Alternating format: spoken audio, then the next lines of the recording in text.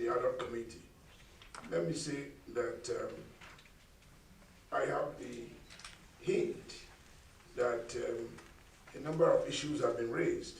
I'm not a deep person in terms of the technical issues that deal with land development in Nigeria, but when it comes to the contemplated legal framework... Sorry to interject, please. Very briefly so that everyone can understand the points I'm making. I am appreciative of the fact that you are very familiar with the challenges of the industry. And one of the ways that was proposed to solve this problem was to try to put together a development bill which was titled the Real Estate Regulation and Development Bill 2021, Senate Bill 540 or 540. The whole idea of the Senate Bill 540 was to target the problems and get stakeholders involved in policy formulation by way of lawmaking. But I think the bill which has been passed by the Senate, and I believe has now been sent to the House of Representatives for concurrence, will, in my view, in my respected but humble view, do more damage to the prospect of Real Estate Developers Association of Nigeria than what they think they can gain from it. Now, I want to say that I have taken a holistic look at very many bills of this nature across the globe. I haven't seen in any of these countries where a body that is essentially a private body and is essentially an industry player or full of players can take charge of the central fulcrum of regulating the development of estate in Nigeria. Now, if you look at the law, and I'm not going to waste your time, I just go to a few points, and I'm sure most of you have copies of this law, so that the lawmakers can take note of the point I'm making when they consider their final decisions on whether to concur or not to concur. I start by saying that take clause 4A of that law, or the bill as proposed, for example. Clause 4A gives a very funny scenario. It provides for the regulation of the business of real estate development in Nigeria to the body that is set up, but in consultation with REDAN. There's no problem with that. But the question that I ask, where REDAN members are themselves the body that is to benefit from the law, the best they can expect to do is to make inputs that can promote development of real estate. But they didn't stop at that. Clause 4B gives the council powers to sustain development of the business of real estate development as championed by REDAN. What does that mean? This is a regulatory bill. There is no question that you want to make REDAN the judge in their own matter. It doesn't make sense for Parliament to pass a law and then put a private organization, as I prefer to refer to them, notwithstanding that they are major stakeholders in the industry, to help formulate the issues that that council will be looking at. To push my point further, look at clause 4F. It gives the council the power to register and license all real estate developers in Nigeria through the institutional guidelines of REDAN. So why are you setting up a council? Why not go to REDAN and license them? What is the point of making a law to empower a private organization? Public interest lawmaking is always done in good faith and in the best practice of public policies. No government makes a law and then subjects the law to the control of one of those that he hopes to regulate. Now, look at the powers further given. If you look at Clause 4J, it gives the council the power to monitor, investigate, and sanction registered and licensed real estate developers that violate the bill through Redan. So it is Redan that's the police of the industry. Redan determines who violates the law. Now, what is the council being set up to do? A council that will be funded by taxpayers' money. Look at the technocrats all seated. Look at many other statutory bodies that have business with law, development of land. But in their presence, punishment, in my view, is to be implemented in consultation with one of the stakeholders. So if you fall out with Redan, because it is possible that not all developers will voluntarily wish to subscribe with Redan. So if now, to just push it further, clause 5, Roman 6, Roman 1D, makes it a requirement that unless a person is duly registered with Redan, he cannot be chairman of the council. So even if you are a distinguished Nigerian technocrat in the area of land development, maybe a retired permanent secretary, a retired director who spent all his working career working on planning land development in Nigeria, he cannot qualify to be council chairman because he's not a member of a Redan. I think that's too much. Now, if you look at clause 8.1 of the bill, it gives power to the minister to remove the chairman of the council from office on the recommendation of Redan. So if the council chairman doesn't greet Redan members properly, they can recommend to the minister and say, remove this man. And by this law, which they propose, he is removed. Now, if you look at clause 19 of the bill, it provides that the council shall only license developers engaged in the business of real estate development in Nigeria if such applicant, amongst others, has registered with and paid all applicable member dues to Redan. Redan is not the Nigerian Bar Association equivalent. It's not the equivalent of the Nigerian Society of Engineers. It's just a body that was registered under Part F of CAMA. And their objectives are set out, and I will just summarize that quickly. So you see how far that this bill has gone to undermine public policy and to do damage to our national fabric. Now, clause 29.1 of the bill makes it compulsory that 3 members of Redan must be part of the council and must be part of any investigative panel set up to investigate any allegation. Minimum of 3 members of Redan must be there, so that if they are not there, that investigation is not conclusive. Now, it didn't stop there.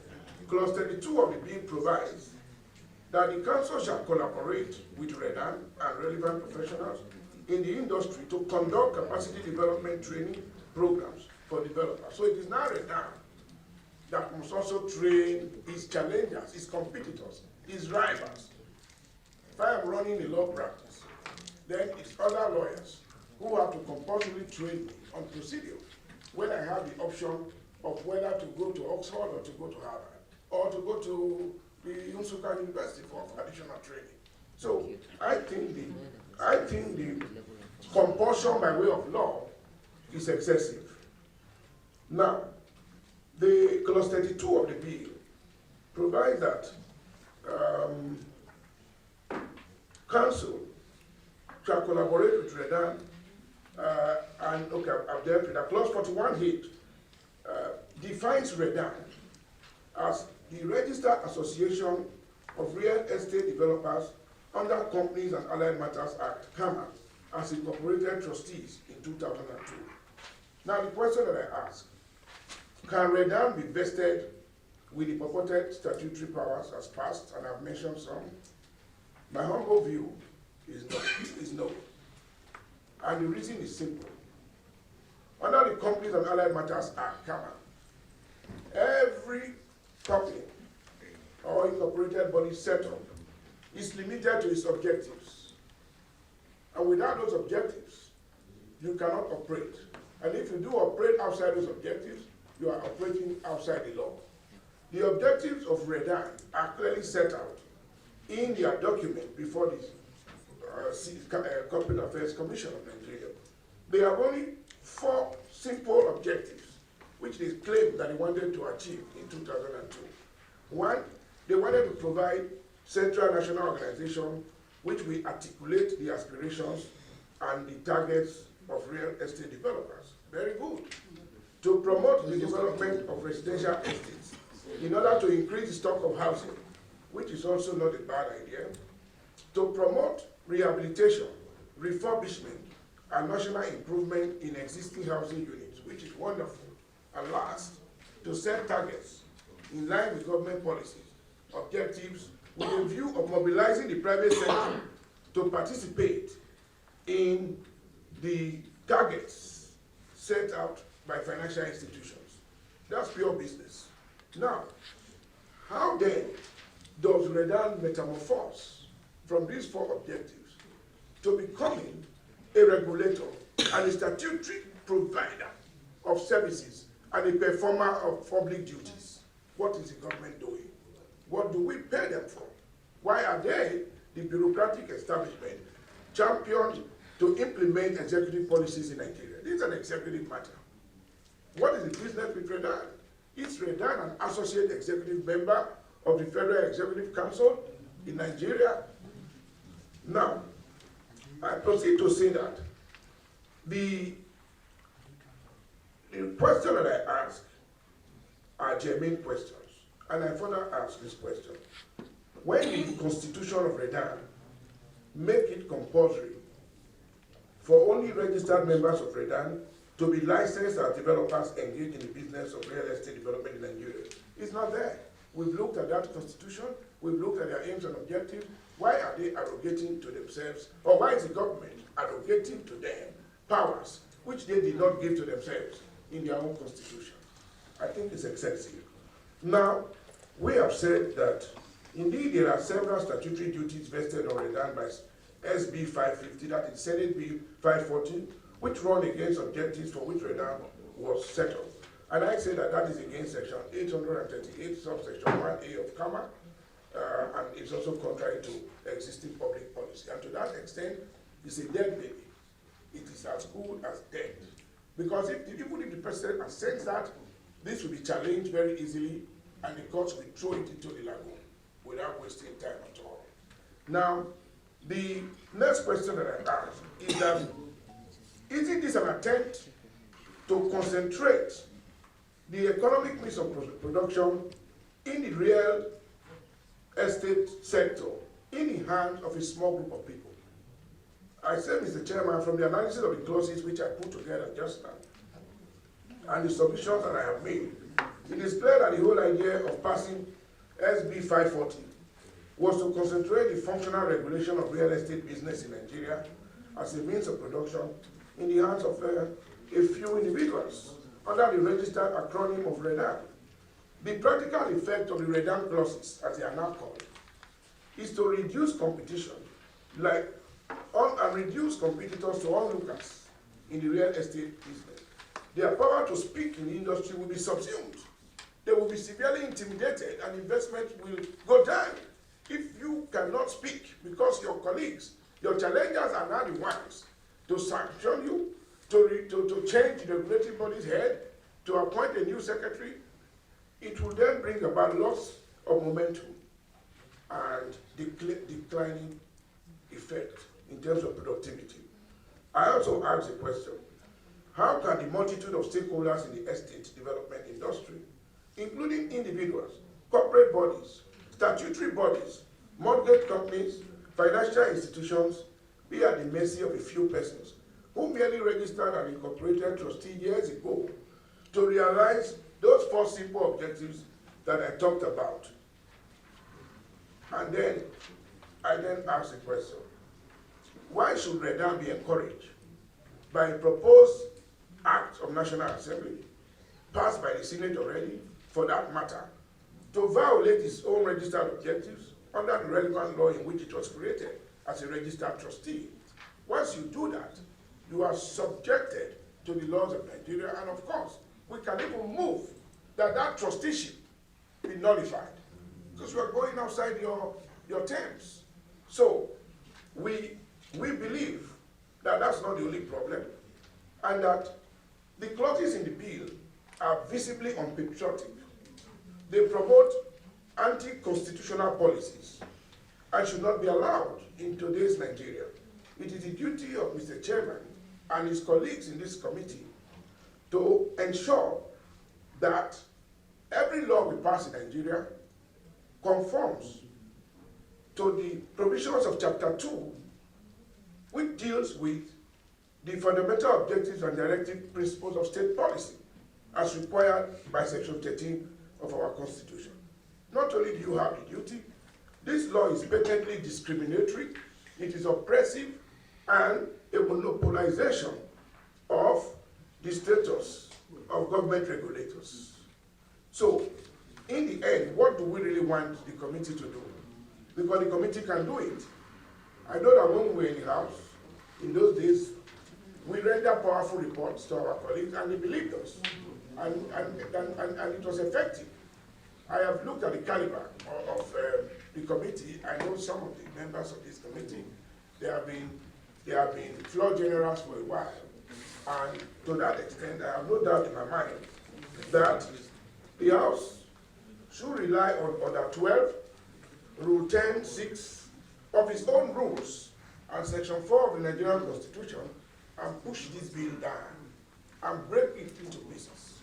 It doesn't make sense for Bredan itself to be put in such a bad spotlight, which can make activists like us go after them. It doesn't make sense for the industry you hope to improve. It doesn't make sense in terms of the reputation of the government. When you put this law and compare it to foreign laws, it's a laughable attempt to make a simple organization become a government regulator. And above all, I then urge Mr. Chairman and the committee to please take it as part of the resolution of the technical committee at the end of the day and recommend against the passage. Do not give concurrence to that Senate bill and shoot it down. Thank you very much, Mr. Chairman. This bill can be revoked, or whether the bill can be saved, put it that way. It's not a savable bill. I sympathize with the bill myself. But unfortunately, either way you look at it, and as we look at this bill, more ammunitions are being made available. And it's getting clear that the bill is in itself, as it is now, in the intensive unit. So once the House does the needful, that's the end of the bill. For example, the promoters of the bill themselves have promoted something outside their objectives. So the question would have been raised whether or not the bill is applicable to the whole of Nigeria if the bill escaped its self-contradictions. Because it has shut itself down by its own promoters. By acting outside the colors of the law, the bill cannot even give birth to itself. If it had survived that, for example, it managed to hide it, pretend that it was one of these overriding national bills and use the member to sponsor it, then the question will be raised about where is its applicability.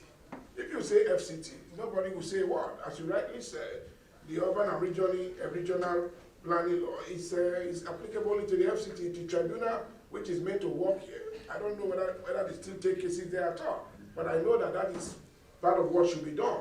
Then the second point is that should we completely discard the bill? Arising from what I have just said, I think the answer will appear to be yes. The reason why you may not be able to save the bill is that the bill itself is void from the beginning. And as my brother rightly observed, you know the Senate. The Senate is, with the greatest respect, a special house. I'm not defining a special house. And ideally, it's supposed to be moderating. It has a moderating influence in all communities. If you go to France, half of them are on wheelchair. So when things get so hot, they are just supposed to come. But in this case, we are being legalistic. So it is the House of Rep that will do that job, not the Senate. Senate has just done what they have done. Send it to the younger and more vigilant and more intellectually progressive elements of Parliament. So it is their duty now to do the needful and make sure that they finish it. The other question that was raised, the other question that was raised was who are the kind of person, what can be done? Well, assuming without conceding that the bill could be saved, then of course it would be easy to constitute that council.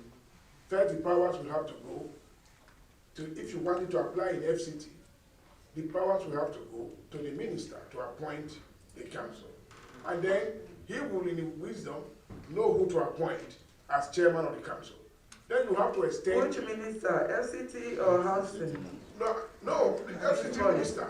FCT minister, we are talking of development control. It's always the mayor of the city, in this case the minister, that takes charge of the development of that terrain. So he will then look at certain key office holders. For example, how do you have a bill that to regulate development that will not have somebody from the development control unit of the statutory ministry funded by public funds and taxpayers' money? It's an aberration. Then you will also be talking about professional bodies. I mean, you have Society of Engineers, you have the body of quantity surveyors. You know, these are people who you then have to nominate people here. And then they will be the ones that help to modernize the policy and take it to global standards. But as in this case, this bill does not deserve that attention at all. And so that's why we don't want to dissipate energy and take your time. So my advice is that I reaffirm my earlier submissions and urge you squarely and humbly to, I will say, I will not be using the word should, to allow my appeal. To allow my appeal. So, that govern the estate development business in Nigeria and to see whether it's comparable to international best practices. And I will be very brief.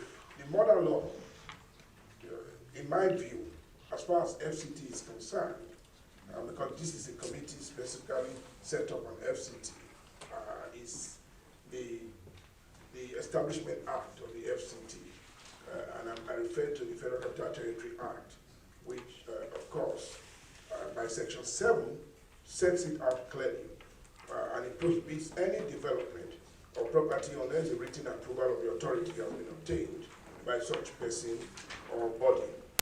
And then, of course, Section 14 provides that the President may make regulations generally for carrying into effect the provisions of the Act. And we know the relationship between the President and the FCT Minister. A lot of instruments have passed that power to the Minister. And so to that extent, we'll be looking at the regulations that are authorized by the Minister. But I think the champion regulation will be the guidelines for mass housing development scheme and, of course, the estate development. I don't want to bore the technocrats who are here. They already know the provisions contained in these guidelines with respect to assessment fee and the nature of the applicant. The applicant must be either corporate, as a body, or a statutory body. I mean, at the level of mass housing, I believe. And I also know that at the level of estate development, it may be the same requirement because the rules seem to be standard. I believe they will provide the relevant documents and swear to an affidavit of commitment to develop according to guidelines and in line with the stipulated time. This is where there is always problem here. People swear to this affidavit and many months after the takeoff, they are static. They just become a developmental dwarf. Whatever the reason is, no one knows. But we are hearing today financial constraints, a number of reasons. But I think these are things that should be regularly cross-checked with the statutory regulators. I know that these operators will also be required to have a technical staff. I need not name them. The regulators know that, and the stakeholders know the number of technical staff they are required, and who must, of course, not be less than 6 years cognate experience in the area that they profess to represent. But the question is, do you really meet these people on site, or do they use technical staff who are pretended technicians in the building industry? Because if you use people who have 6 years corporate experience, whether they be quantity surveyor, land surveyor, you are likely to get improvement in delivery time and in the quality that is delivered in the estate industry. So here again, the stakeholders need to realize that honesty is the best policy. You don't have to go and bring apprentices and represent them as surveyors and then mislead the authorities who think that you can be trusted, having sworn to an affidavit. Now, of course, the financial requirement is there. Will include your feasibility study, your cash flow projections, your MOUs with financiers if need be, and if you have self-financing capacity, the evidence, all to be shown to them. I speak because these are regulations made pursuant to Section 7. These are the powers conferred on the minister and of FCT, and then of course the department for the control department will churn these things out. I know, as a matter of fact, that the development proposals must be submitted. You talk about the layout plan, the architectural drawings and the engineering drawings, and then if you go to land application fee, I don't know whether they have reviewed it, for large satellite development that you propose, for example, is 10M or 10 million. I mean, I'm talking for large development of estate development is 10 million, and if you want to do large development in satellite terms, it's about 5 million. I am aware that site appraisers, land use plan, etc. have to be attached to this.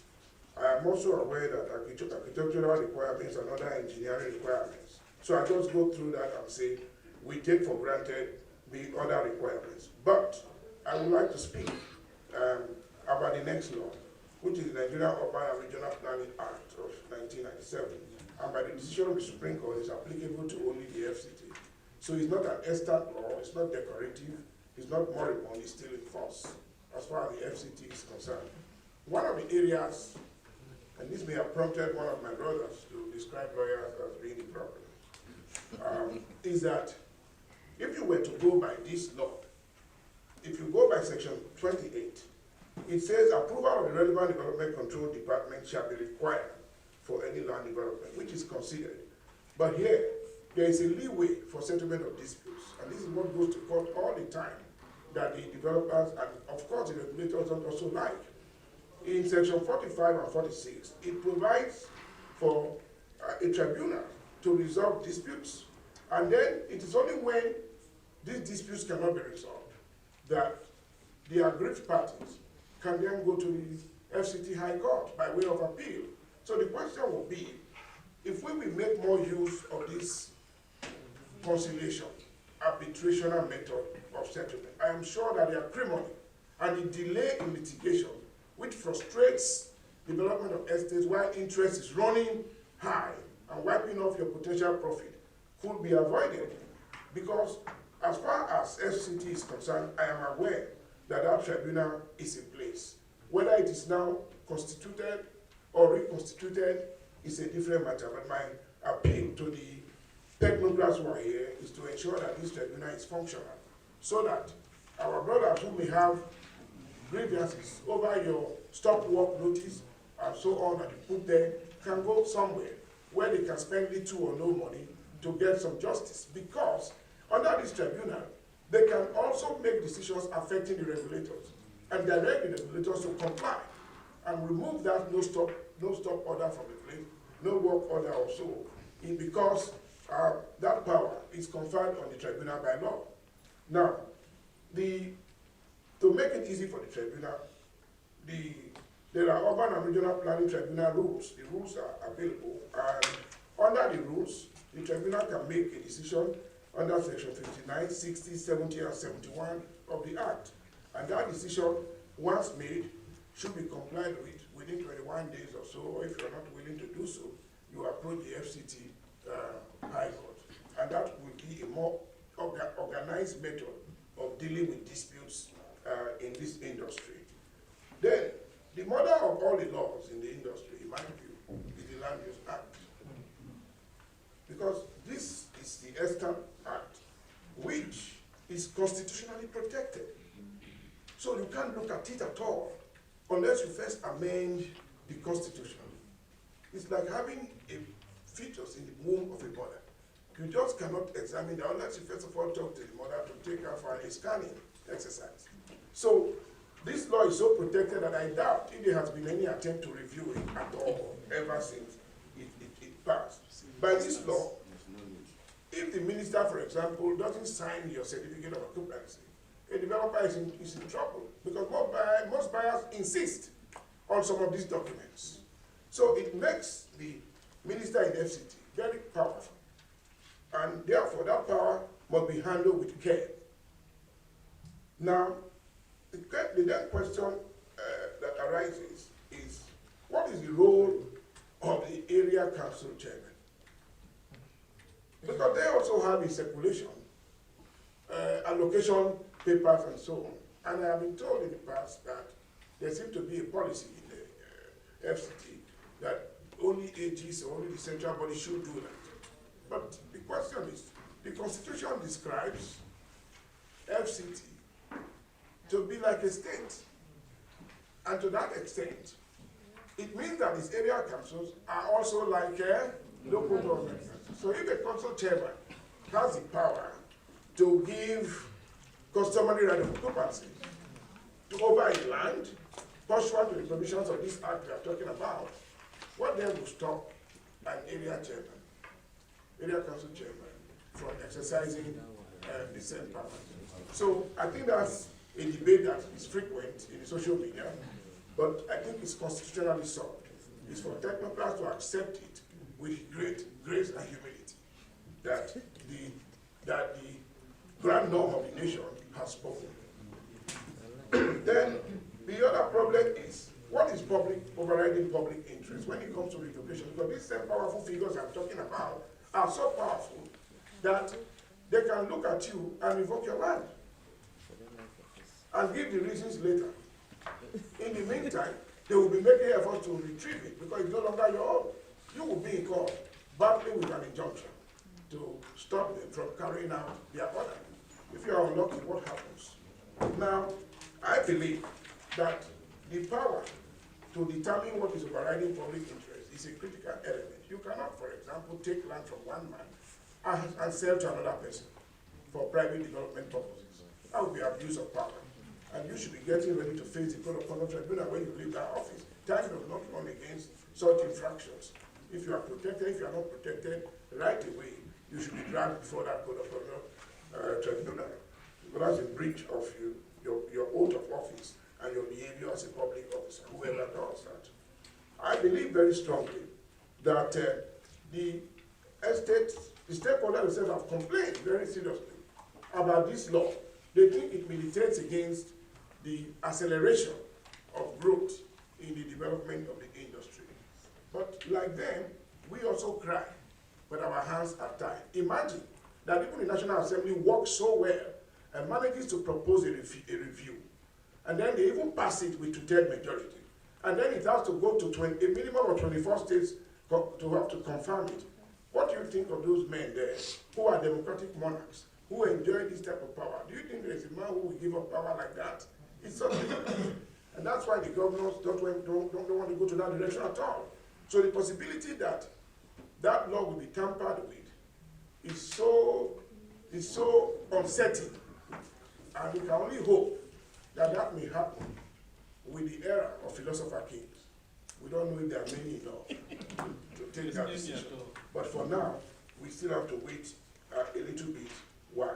Now, I have no doubt in my mind that the other issues that the stakeholders have raised is that they complain about delays in issuing certificates.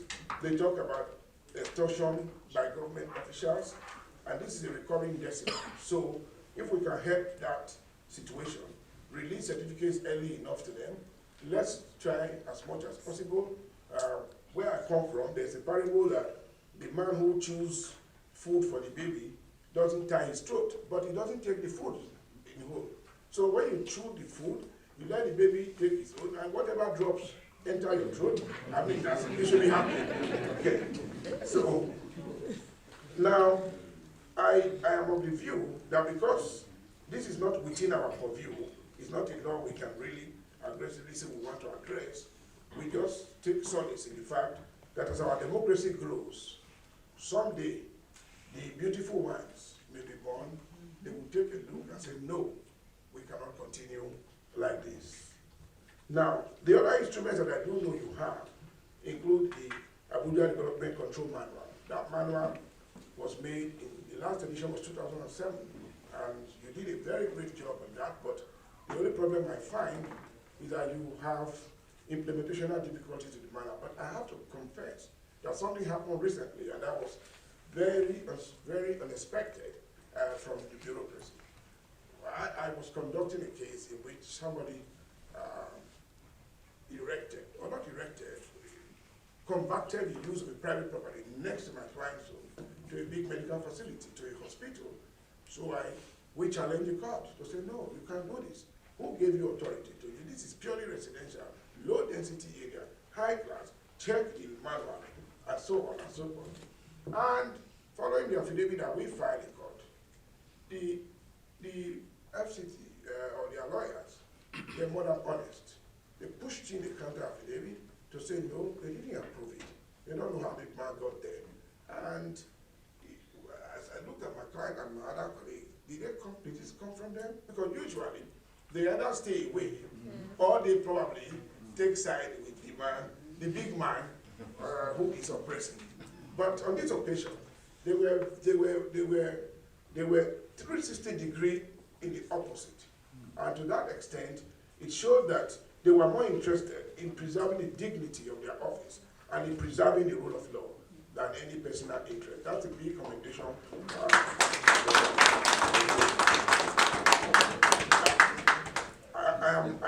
I am mindful of the fact that very often you see people you give space to creating 14 flowers, 18 flowers in a small land in a low density area.